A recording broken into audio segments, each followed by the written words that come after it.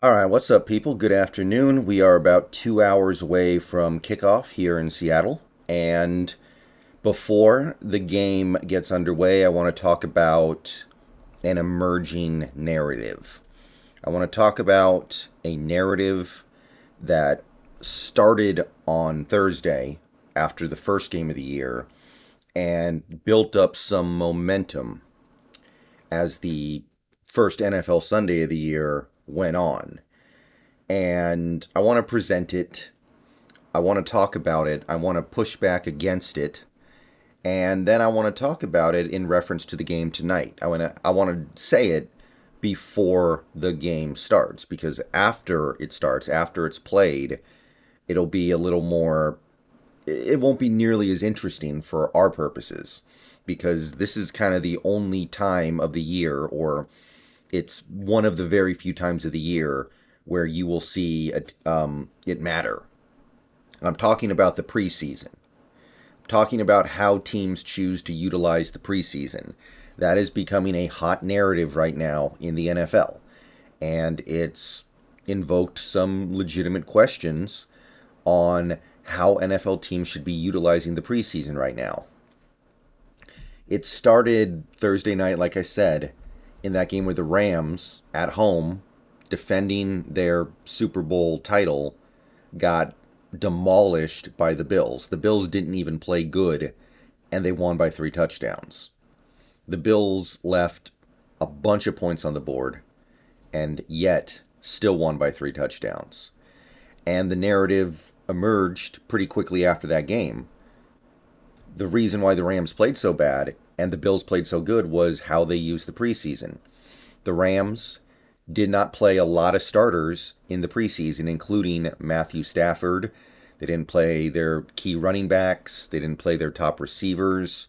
They used the preseason as a platform to test out their young players, borderline players, fringe players, rookies, guys who could go one way or the other. So the narrative became, well, the Rams didn't utilize the preseason to get their top players ready.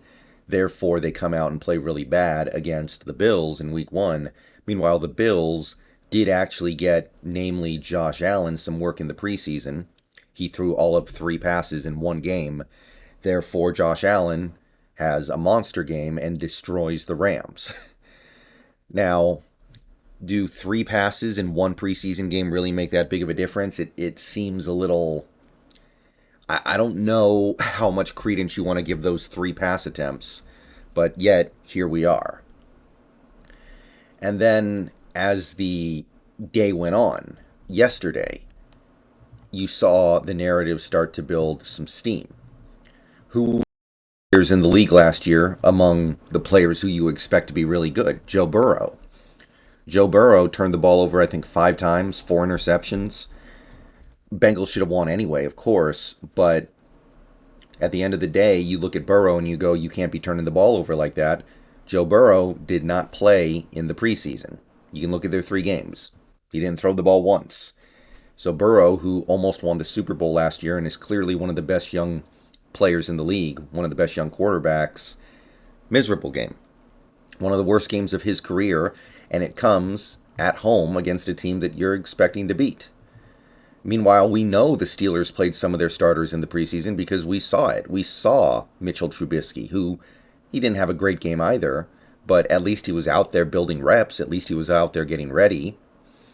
And it went on from there. You had, just as an example, Aaron Rodgers. Aaron Rodgers played a bad game against the Vikings.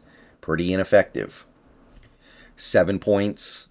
They just kind of quietly tucked their tails between their legs and headed to the locker room after a relatively clean drubbing at the hands of the Vikings.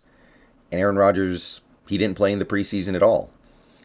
And Aaron Rodgers, you look at the offense, it's similar to what he's had in years past.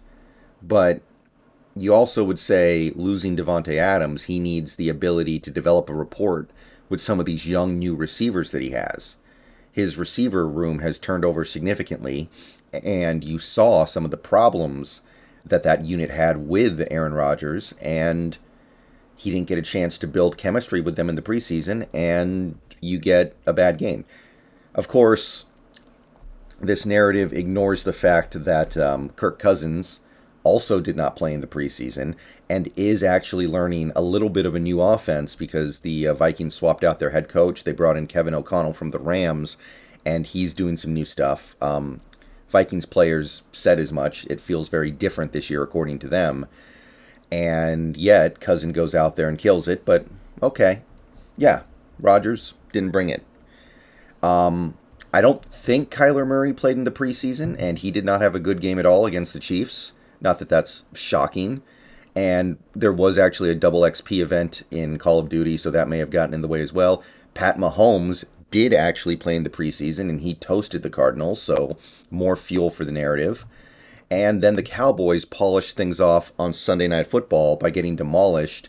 We know they didn't play very many starters in their preseason, and the Bucs did.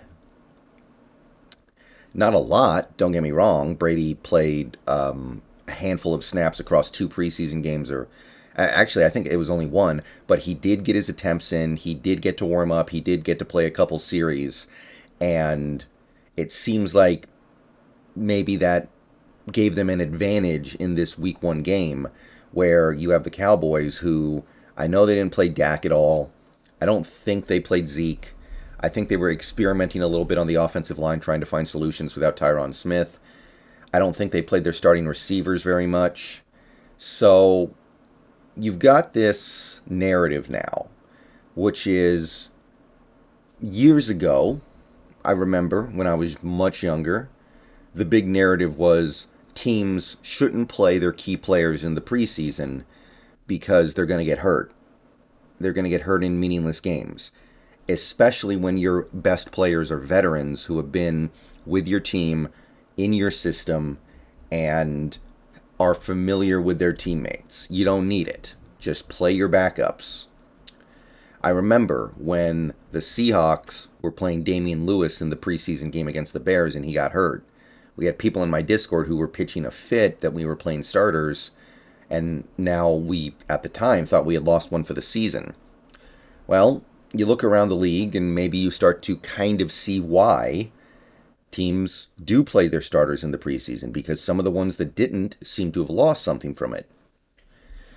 Of course, this narrative does leave out some things. The Chargers, they didn't play their starters in the preseason. Justin Herbert didn't throw a ball in the preseason. The receivers, I don't believe, played, and if they did, they played very little in the preseason. And Herbert looked fine yesterday. He lost his number 1 receiver in the first half, and he still had a big game. Like I said, the Kirk Cousins example, Kirk Cousins, you didn't see him in the preseason. Go look up the Vikings preseason games. You'll see Jake Browning taking a vast majority of the attempts and no Kirk Cousins. And this is a new Vikings coaching staff. And there are some new wrinkles in this offense, and it doesn't matter. Kirk Cousins goes out there and plays a really good game against the Packers. So you have to question it. You have to push back on it a little bit. Lamar didn't play in the preseason at all, and he had a good game against, granted, the Jets. But it seems to be specific to certain teams, right? It seems to be that some teams did suffer from it, but it's also hard to blame that for the Rams no-showing Thursday Night Football when they're running the same offense and they have mostly the same players as they did last year. But that does lead into what's kicking off in a couple hours here, right? We're about 2 hours away. We know the Denver Broncos, they didn't play Russell Wilson. I don't think they played their top 2 running backs at all. I didn't see anything from Jerry Jeudy. I didn't see anything from Courtland Sutton. They used the preseason to get working on their backups. They used the preseason to figure out who was going to make the roster. They played, I believe, a little bit of their starters on defense, but honestly, not even a whole lot of that. So if the Broncos go out there in a couple hours and come out flat and struggle and make mistakes and turn the ball over and just don't look like they're prepared for this game, the narrative is going to build steam.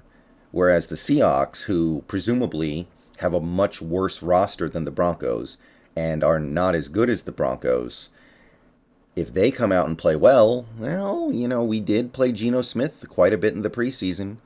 We played the starting offensive line for most of the preseason. We did play the receivers a tiny bit, not a lot. Metcalf and Lockett played, I think, 3 plays total. But those guys did get on there for at least a little bit, kind of like how Josh Allen did, right? Josh Allen threw 3 passes in the preseason and sat down. We did play Noah Fant a good amount, and he was actually involved a little bit in the offense. He was catching some passes. Defensively, we played some starters. So you can see where this narrative could continue to build, or maybe it gets shut down.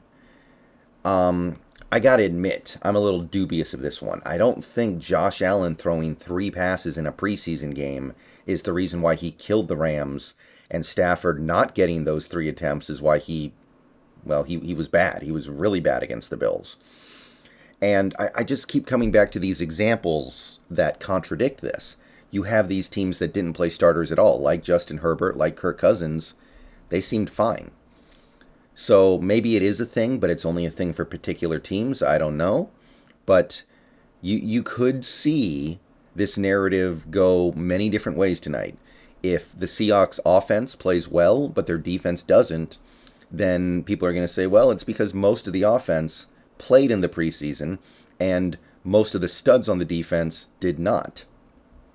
Whereas on the Broncos, if they don't play well, then it's going to be all about those preseason reps that they theoretically did not get. So I'm a little dubious of this one, but it's building up too much steam for me to not talk about. What do you guys think? Do you guys think the Broncos are going to regret not playing their starters really at all in the preseason? Speak now or forever hold your peace. All right, guys, I'm going to get ready for this one. See you guys tonight after the game. Go Hawks.